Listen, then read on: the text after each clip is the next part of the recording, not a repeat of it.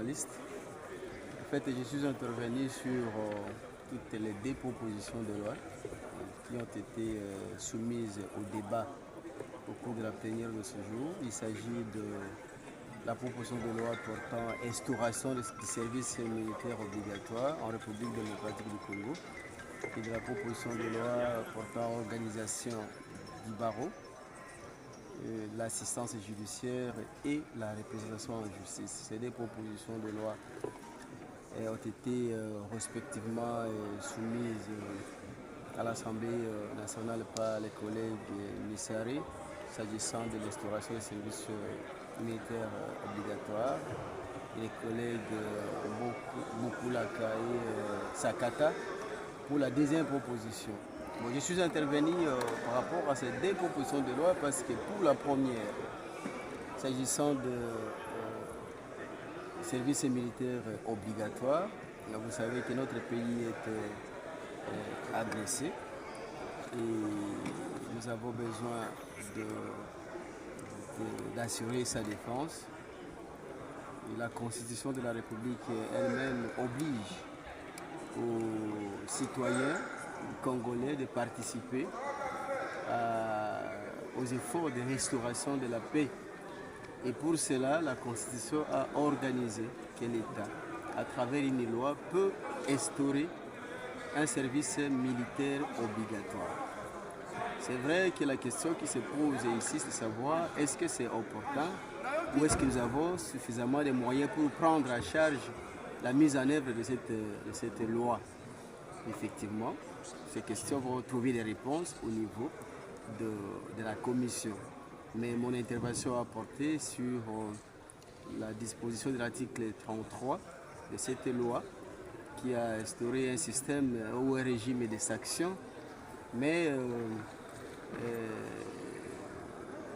les collègues ont proposé que lorsqu'on refuse de contribuer, que la sanction soit de 7 jours de garde à vue et d'une amende. Or, la garde à vue n'est pas une sanction au regard du droit congolais, mais la garde à vue ne peut pas également aller au-delà de 2 jours ou alors au-delà de 48 heures, conformément à l'article 18 de notre Constitution.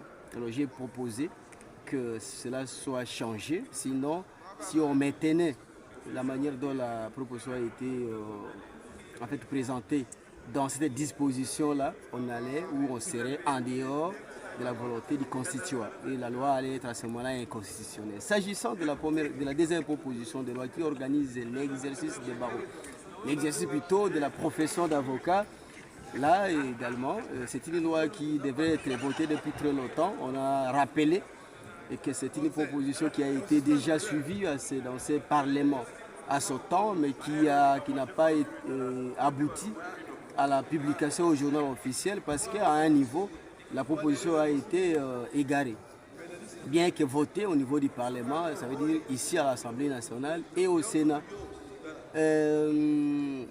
La mouture présentée aujourd'hui a quand même apporté plusieurs innovations, mais il y a des questions qui sont restées en suspens, notamment s'agissant de l'accès à la profession d'avocat. Nous avons pensé que l'on devrait laisser la possibilité à tout le monde d'accéder à la profession d'avocat, que de proscrire cet accès en légiférant, comme il a été relevé à l'article 15, que lorsque le dossier est rejeté pour la première fois, on ne peut plus revenir. Nous avons également relevé le fait que la profession d'avocat est une profession libérale et indépendante. On ne pouvait pas imaginer que l'on restaure le système ou le régime de salariat qui soumet l'avocat à une sorte de contrat de travail. Même s'il le faisait avec un avocat, ça reste toujours un contrat de travail.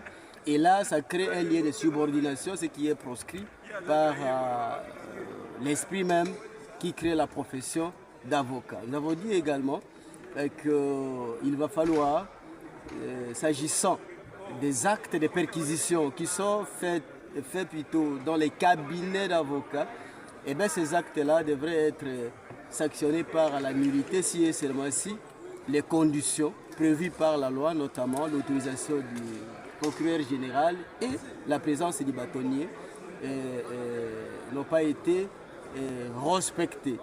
Et puis, il y a une question la plus brillante actuellement, qui fait état de ce que certains barreaux refusent que les avocats qui viennent des barreaux extérieurs puissent comparaître devant les juridictions situées dans le ressort de leurs barreaux, notamment dans les barreaux de Kinshasa. Les bâtonniers de ces barreaux ont pris de circulaires qui interdisent aux avocats venus d'ailleurs de prester devant les cours des tribunaux de Kinshasa sans accomplir certaines formalités qui sont tout à fait subjectives à notre avis.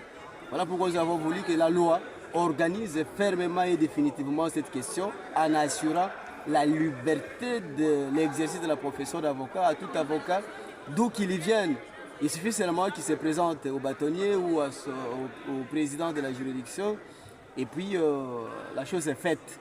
Voilà l'essentiel de ce que nous avons dit. Les questions qui sont restées en suspens, nous allons certainement les discuter au niveau de la commission mixte qui venait d'être instituée, PAJ et droits de l'homme, pour en fait enrichir les textes. Et nous pensons que cette fois-ci, ce texte ou cette proposition de loi aboutira à une loi promulguée et publiée au journal officiel, ce qui va régir de manière moderne notre profession d'avocat.